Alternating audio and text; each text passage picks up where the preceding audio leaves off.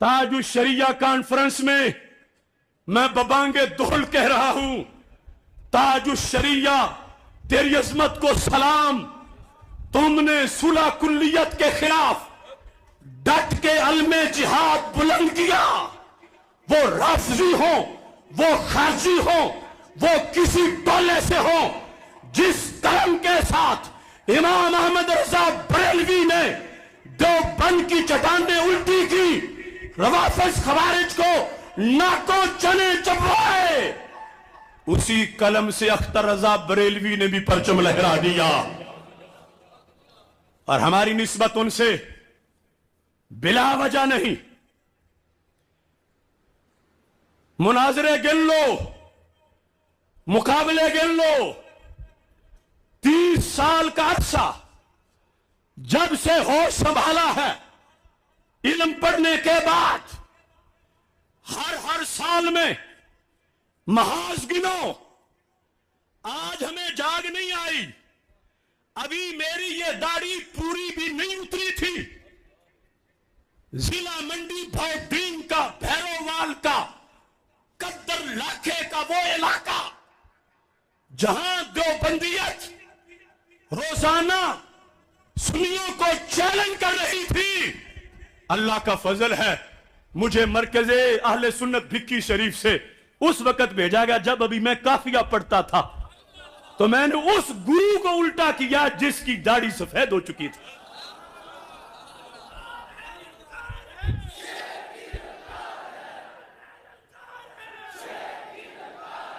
अभी मैं दौरा हदीस पढ़ता था, जिस वक्त मुराला मंडी भौदीन में देवबंद का वो मरकज जहां 50 साल से तबलीगी जमातें निकलती थीं पूरे इलाकों के लिए, उस देवबंद के मरकज में जाकर मुनाजरा करके खुद उस मस्जिद के मेहराब पे कब्जा जमा के उनके मुनाजिर को वहां से भगा के निसफ सदी के बाद पहला जुमा पढ़ा के मैंने अल्लाह के फजल से फिक्र रजा का परचम बुलंद किया।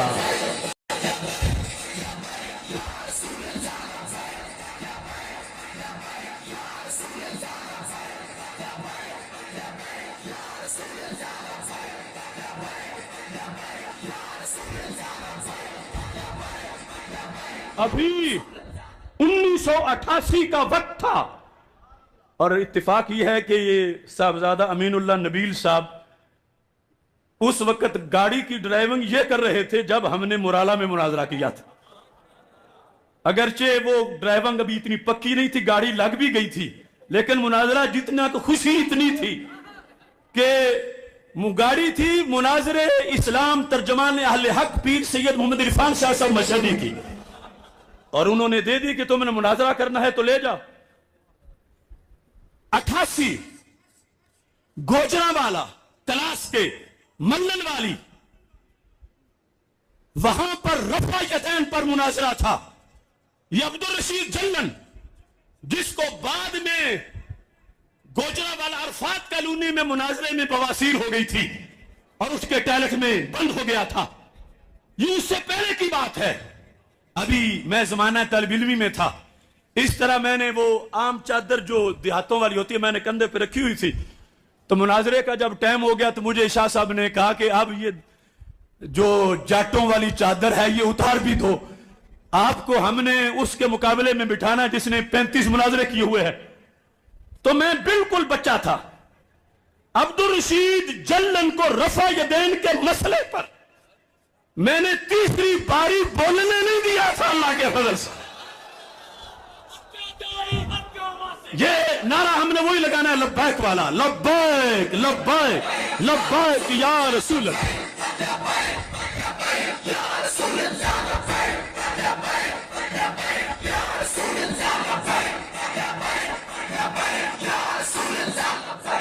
इस असर में मैं जिस दर्जे का रिजवी हूं, मेरा उम्र का एक एक दिन बोलता है।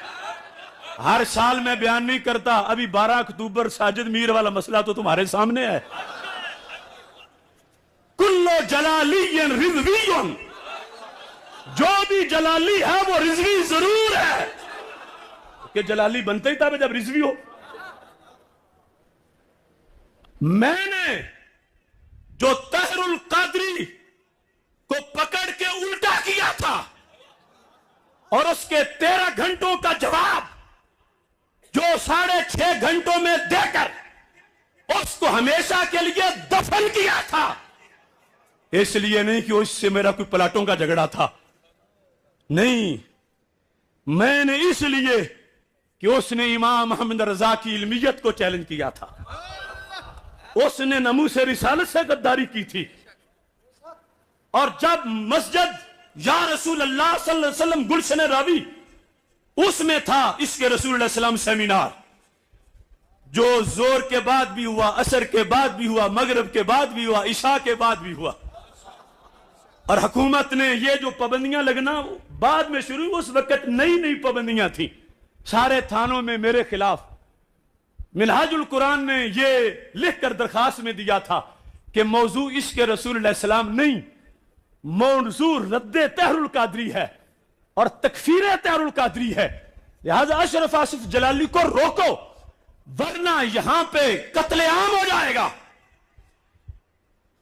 250 बंदा जामिया जलालिया से लेकर गुलशन रावी तक तहरुल कादरी ने मेरे कत्ल के लिए खड़ा किया, जो खुद उनके कारकुन ने बाद में रिकॉर्ड कराया तो उसने कहा जो होगा मैं संभाल लूंगा, अगर ये पहुंच गया तो फिर नहीं रुकेगा, इसे यही रोको, रास्ते में रोको, जैसे रुकता है इसको रोको। लेकिन वो जोर के बाद रोकना चाहते थे, हम तो फजर के बाद पहुंच गए थे। तुम्हें इन मौसमों की क्या खबर होती अगर हम भी घुटन के खौफ से आबो हवा तब्दील कर लेते, अगर हम वाकई कम हौसला होते, मोहब्बत में मर्ज बढ़ने से पहले ही दवा तब्दील कर लेते। तुम्हें इन मौसमों की क्या खबर होती अगर हम भी घुटन के खौफ से आबो हवा तब्दील कर लेते। उसमें देखो सामीन में कौन कौन लोग बैठे थे, उसके अंदर तहरुल कादरी का जो मैंने रद्द किया क्लिप चला के, तो उसके मुस्तंडे आ गए बाहर, उन्होंने नाराबाजी की, अंदर भी आ गए। पुलिस से कहा इसको बंद कराओ, ये हर हवाला देता जा रहा है, हर वो क्लिप चला रहा है, हमारे शेखुल इस्लाम के क्लिप चला रहा है। तो पुलिस देख रही थी कि इतना बड़ा क्राउड है, उन्होंने कहा तुम भी किसी मस्जिद का स्पीकर खोल लो और जो कुछ होता है इसके खिलाफ बोलो, ये हम कर सकते हैं, अब हम इसे रोक कैसे सकते हैं। ये तहरीक चल रही थी मुमताज हुसैन कादरी की, 13.5 घंटे में उसने साबित किया था, हवाले दे देकर, हवाले दे देकर, हवाले दे देकर, कि ये दहशतगर्द है, ये कातिल है, ये इसने कानून हाथ में लिया है, ये किया है, वो किया है। अल्लाह का फजल है, हमने क्लिप चला के उसकी वो गलती निकाली, वो गलती निकाली, आज भी रिकॉर्ड पर है। मुझे उसके करीबी दोस्त ने बताया कि तहरुल कादरी ने जब अलहदा बैठ के चंद दोस्तों को बिठा के वो तकरीर सुनी तो उठ के दीवारों को टकरे मारने लगा कि ये गलतियां क्या मैंने की हुई हैं। चैलेंज कर रहा था, ये मुल्ला लोग रोज रैलियां निकाल लेते हैं, अरबी इनको आती नहीं, एक एक लाइन में 3-3 गलतियां करते हैं, तो इत्तेफाक यह है कि मैंने एक लाइन से उसकी 3 गलतियां बयान की।